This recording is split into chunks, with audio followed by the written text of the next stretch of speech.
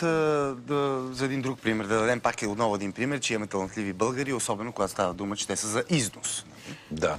Добрите новини днес идват от Италия, където едно наше момче стана истинска музикална сензация, след като спечели тамошен конкурс. С него ни среща репортерът Камен Лисички.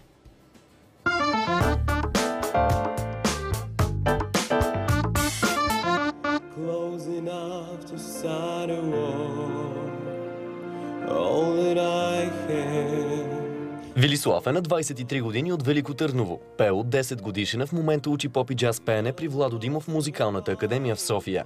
Младият изпълнител не е от популярните лица на родната сцена, но пък талантът му вече е признат в чужбина. Последното постижение на Вили е от Италия, където грабва първото място в певчески конкурс. Конкурсът се проведе януари в италианския курорт Салерно и доколкото разбрах, е имало близо 100 участници, които са изпратили своите записи и документи като кандидатура за участие. Но от първият конкурсен ден бяха допуснати само 18 участници от 18 европейски държави и САЩ, включително в тези 18. А за втория конкурсен ден отпаднаха 12 и останахме само 6, като аз печелих първото място, защото събрах най-много точки. На второ място беше Италия и на трето Русия. Всъщност, интересна е предисторията на този успех, която започва с един изгубен багаж. Не се знаеше дали ще имам багаж. Аз бях по едни къси дънки, една тениска и нямах нищо друго. И беше много странно, но в крайна сметка багажът ми пристигна около 40 минути преди да изляза на сцената.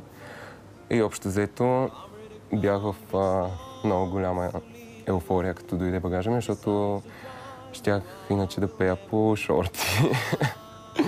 Спечелил сърцата на шестимата от журито и грабнал първото място, Вили още пази емоцията от случилото се. Емоцията беше огромна, ако трябва да бъда честен, защото бях пред 3000 души в Двореца на културата в този курорт. И беше пълно. Там наистина се цени културата, цени се музиката. Все пак Италия е родината на музиката. Оттам е тръгнала днешната музика. Публиката ме прие много добре. Много се зарадвах, че ме приеха така, защото пях на италиански първия ден и получих поздравления и от журито, и от хора от публиката за добрия ми италиански. Аз всъщност, ако трябва да бъда честен, никога не съм учил италиански, не говоря италиански, но за текстовете си се старая много.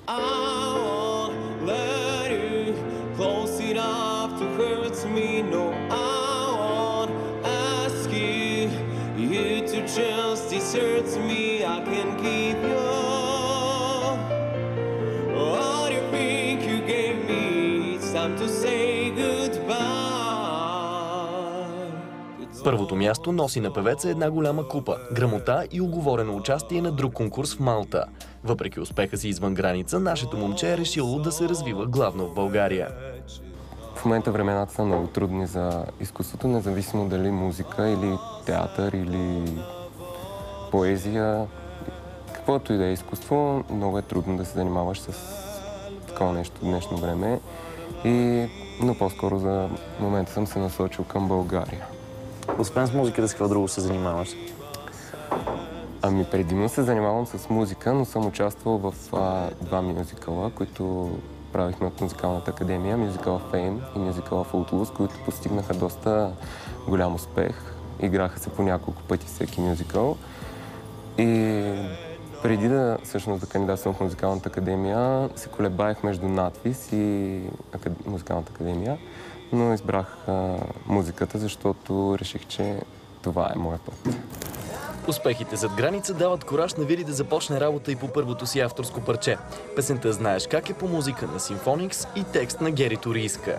Песента става въпрос за вярата в себе си, да не се отказваш, когато правиш стъпка напред, да вярваш в себе си, че точно това е стъпката, която правиш, и дори да имаш два завоя пред себе си, който и да избереш, пак ще направиш правилната стъпка.